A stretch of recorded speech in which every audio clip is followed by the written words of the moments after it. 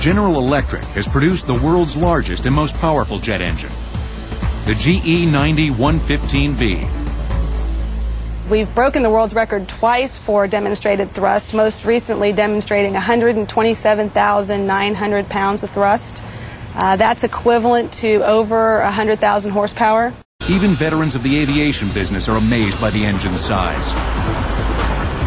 They're pretty much awestruck. A lot of them really just are kind of silent and just, big eyes and this look on their face. It's just almost incredible to see. It's so much larger than any other engine they've ever seen before. Key to the success of the engine is its giant 128-inch diameter fan, one of the largest ever constructed for a jet engine. The shape of the fan blades is also a key ingredient in creating the engine's enormous power. Older engines used simple straight-up-and-down fan blades, but the GE90 is equipped with aerodynamic swept-wing blades. The unique shape of the fan blade is key to the technology of the engine as well, and that 3D shape, that beautiful 3D shape that you see, draws in more air than just a straight up and down or radial blade. It actually draws in more air in the same circumference, and that extra air gives it that extra little bit of thrust that we need. Before the engine could be certified for flight, it had to be put through a battery of demanding tests. The testing is to assure that the engine can fly in any environment safely.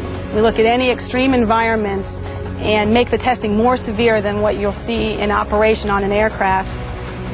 We have water ingestion testing. We take in about 4.5 tons of water a minute and show that the engine can continue to operate and not stall, taking in that kind of volume of water. We also do hail ingestion testing. We have several little cannons that shoot hail into the engine.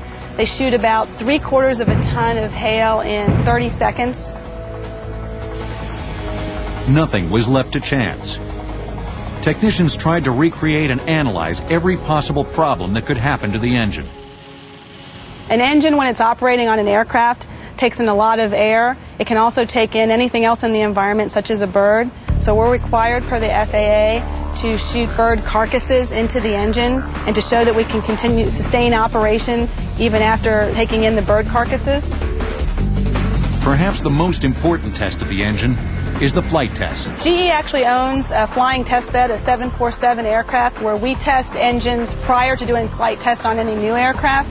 In the case of the GE90-115B, we had this huge GE90 engine on the aircraft with 3 smaller engines. Amazingly, the engine proved powerful enough to fly a giant 747 by itself. We had these 3 smaller engines that we actually cut the power to all those engines and just flew it on the one GE90-115B engine.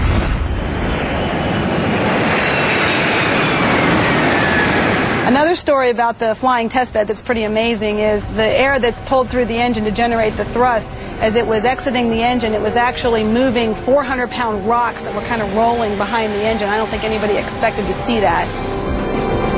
After 2 years in development, the $21 million engine is now a fixture on the Boeing 777, ushering in a new era for twin-engine airliners.